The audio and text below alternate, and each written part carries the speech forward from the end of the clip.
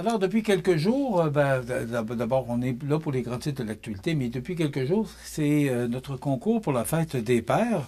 Ça n'a pas duré longtemps, mais ce qui est important, c'est qu'on en a eu un. On va essayer pour les prochains concours, de prendre un petit peu plus de temps pour vous donner le temps de vous inscrire, mais quand même. On avait là, un panier cadeau produit de soins pour hommes de Pando Eco qui était sur nos ondes la semaine dernière, une carte cadeau du magasin Lévesque et 2 certificats cadeaux du resto Porto Bellissimo. Une belle campagne, belle promotion. Voilà, ce sont nos participants. Il y en a quand même beaucoup là, pour le temps que ce concours a duré. Alors, qui méritera ce certificat cadeau, là, ce panier cadeau de produits soins pour hommes Pando Eco, une carte cadeau du magasin Lévesque et 2 certificats cadeaux du resto Porto Bellissimo. Il s'agit de, je vous donne ça, alors, c'est Jules Ernest Pelletier de Montmagny. Alors, c'est vous qui méritez ce prix. Donc, ça tombe bien parce que des produits de soins pour hommes de Pando Eco, une carte cadeau du magasin Lévesque. Alors, tout ça pour vous, monsieur. Et un certificat cadeau du resto Porto Bellissimo. Ben voilà, bonne fête des pères, monsieur Jules Ernest Pelletier de Montmagny qui mérite ce prix. Ben voilà, ça complète pour notre concours de la fête des pères. Maintenant, si on y va avec les grands titres de l'actualité de ce jeudi 12 juin, ben d'abord, Centraide, vous savez que Centraide s'est rendu un organisme extrêmement important pour soutenir tous les organismes communautaires de notre région. Ben là, on nous annonce que pour renforcer le filet social de Montmagny et de Lillet, c'est 456 500 $ qui vient de s'ajouter là dans la cagnotte. Donc, Centraide Québec et Chaudière-Appalaches qui marque son 80e anniversaire en investissant de façon significative dans les communautés de Montmagny et de Lillet. Donc, il y a plusieurs organismes là, qui pourront bénéficier de ces dons, entre autres. Ce qu'on mentionne d'abord, c'est que ce qui est important de mentionner, les statistiques démontrent l'urgence d'agir à Montmagny. 8,4 % des jeunes vivent dans un ménage à faible revenu, une situation qui peut nuire à leur développement et à leur réussite scolaire. Et du côté de Lillet, c'est 27,3 % des adultes de 25 ans et plus qui n'ont aucun diplôme, un pourcentage bien au-dessus de la moyenne régionale.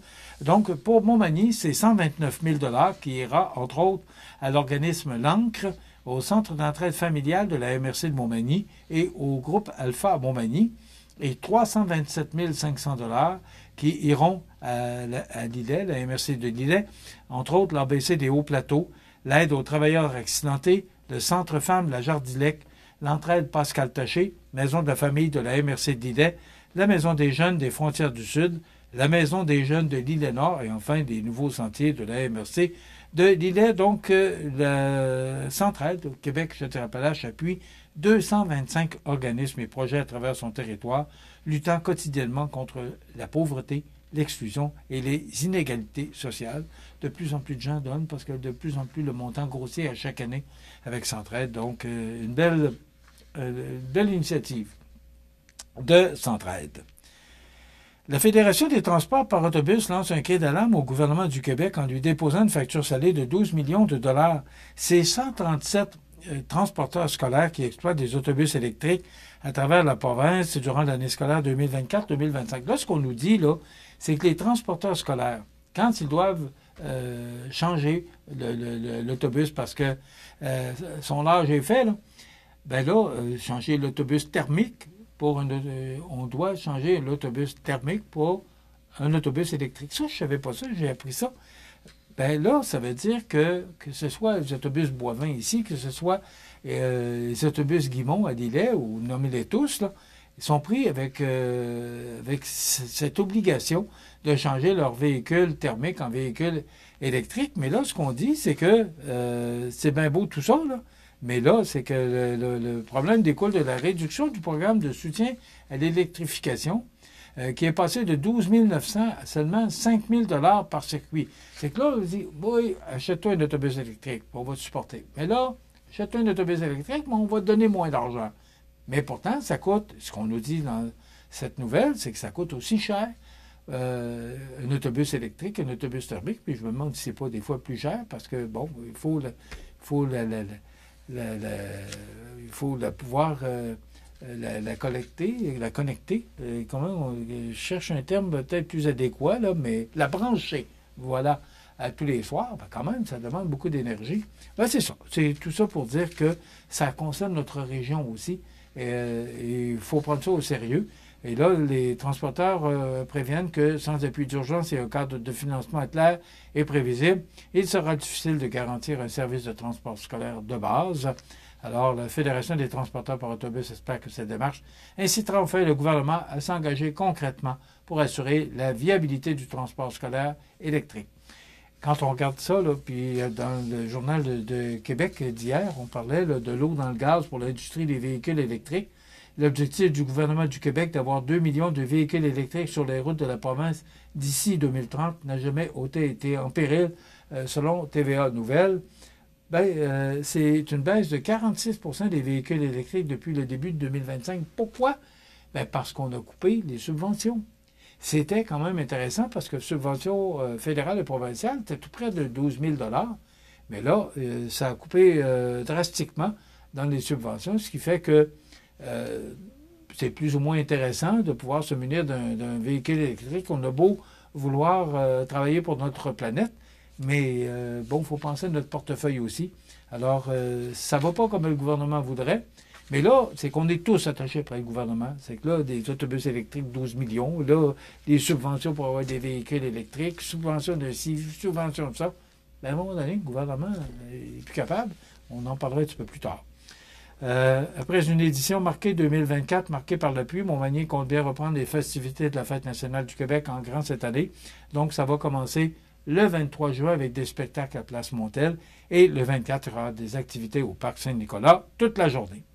Et le défi sans auto solo qui encourage les Québécois et Québécoises à adopter des modes de transport durables revient pour une 17e édition qui s'annonce des plus mobilisatrices. Donc, vous pouvez inscrire votre entreprise là, sur le défisansauto.com ou encore vous pouvez vous inscrire là, et participer. Il y a quand même des prix à gagner.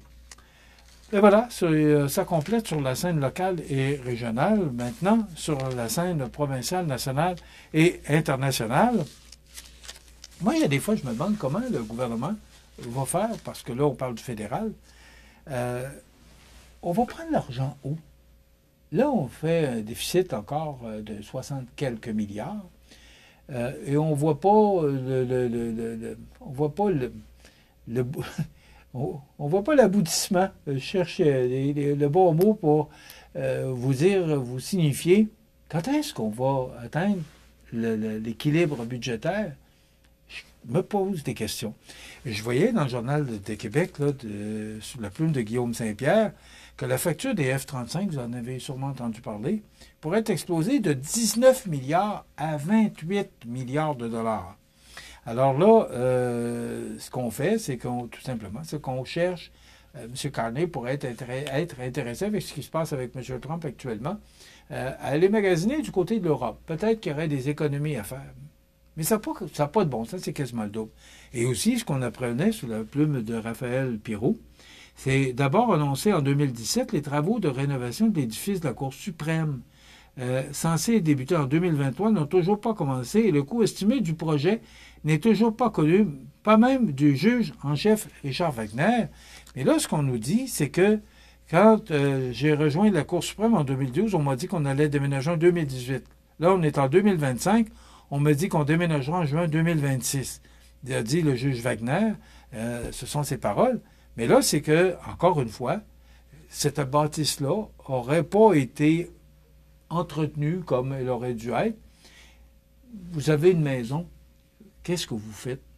Vous l'entretenez, vous regardez la toiture, vous la peinture, vous changez les fenêtres. Mais là, ce qu'on dit, toujours selon Raphaël Pirot, là, conçu par l'architecte québécois Ernest Cormier dans les années 30, l'imposant édifice en granit de style art déco au siège de la Cour suprême n'a pratiquement jamais été retouché après sa construction.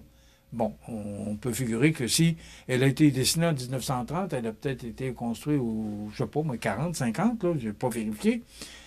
Des travaux moins importants, cependant, eurent lieu en 1995. Mais là, moi, ce que je me pose comme question, c'est que c'est encore à coût de centaines de millions de dollars. Là, on est en train de réparer l'édifice, le Parlement. Je ne sais pas si vous avez remarqué, mais il y a des grues partout, puis il y a des échafauds partout. Et ce que M. Trudeau avait dit, c'était sur une période de 10 ans pour réparer le Parlement d'Ottawa. Là, les F-18, et là, M. Carney, on ne peut pas être en désaccord avec la décision de M. Carney, de rejoindre les pays de l'OTAN et d'avoir 2%, d'atteindre le 2% du produit intérieur brut là, en dépenses militaires. Dépenses, des fois, je me demande si c'est des dépenses ou des investissements. On ne peut pas être en désaccord avec ça, mais, vous savez, revenus, dépenses, là, c'est 64 milliards. On est au-dessus de 1000, je me demande, je pense qu'on n'est pas rendu à 1200 milliards de dettes au fédéral. On va la prendre où, l'argent? Puis l'argent, ben, elle vient d'où? Elle vient des taxes, elle vient des impôts. Oui, mais là, on ne peut pas nous taxer plus qu'on est là. On ne peut pas nous imposer plus qu'on est là. Je ne sais pas ce que ça va finir par faire. En tout cas, c'est un économiste qui est notre premier ministre maintenant. On verra bien ce qu'il décidera ou ce qu'il... Là, il n'y a pas de budget, qu'on ne verra pas de budget avant le mois d'octobre. Alors, j'ai hâte de voir qu'est-ce que M. Carney va nous sortir de son chapeau. Et il y en a qui vont passer peut-être un été peut-être plus insécure. Les impacts des restrictions budgétaires commencent à se faire sentir dans le réseau collégial. Au moins 210 postes seront abolis dans des cégeps l'an prochain, dont certains qui touchent directement des services aux élèves comme des psychologues, des éducateurs spécialisés, des travailleurs sociaux et des conseillers en orientation. C'est ce que Daphné Dion vient nous apprendre. Mais là, la question, c'est que les coupures, M. Legault n'appelle pas ça de même, là, mais ce sont des coupures. On a beau chercher d'autres mots, ce sont des coupures. Mais là, il avait dit que ça ne toucherait pas au service aux étudiants. Et là, on apprend que ça pourrait toucher aux étudiants. Alors, moins de moyens, plus d'étudiants. Parce que vous savez qu'il y a plus d'étudiants dans les cégeps depuis quelques années. Alors, on a moins d'argent, puis on a plus d'étudiants. Alors, à un moment donné, on fait quoi avec ça? À suivre. Le président Trump qui fait planer la menace d'un état d'urgence, le républicain dépêché les Marines pour contrer les manifestations à Los Angeles. On sait qu'il y a plusieurs villes qui ont embarqué, villes américaines qui ont embarqué dans ces manifestations-là. J'ai hâte de voir ce que M. Trump va faire. Et ce qu'on apprenait aussi, c'est que Trump s'offre une parade militaire. Donald Trump voudrait affirmer son rôle de commandant en chef, qu'il ne s'y prendrait pas autrement. Non seulement il a déployé l'armée à Los Angeles, mais il a commandé aussi une parade militaire samedi à Washington pour son anniversaire. Eh bien, à suivre.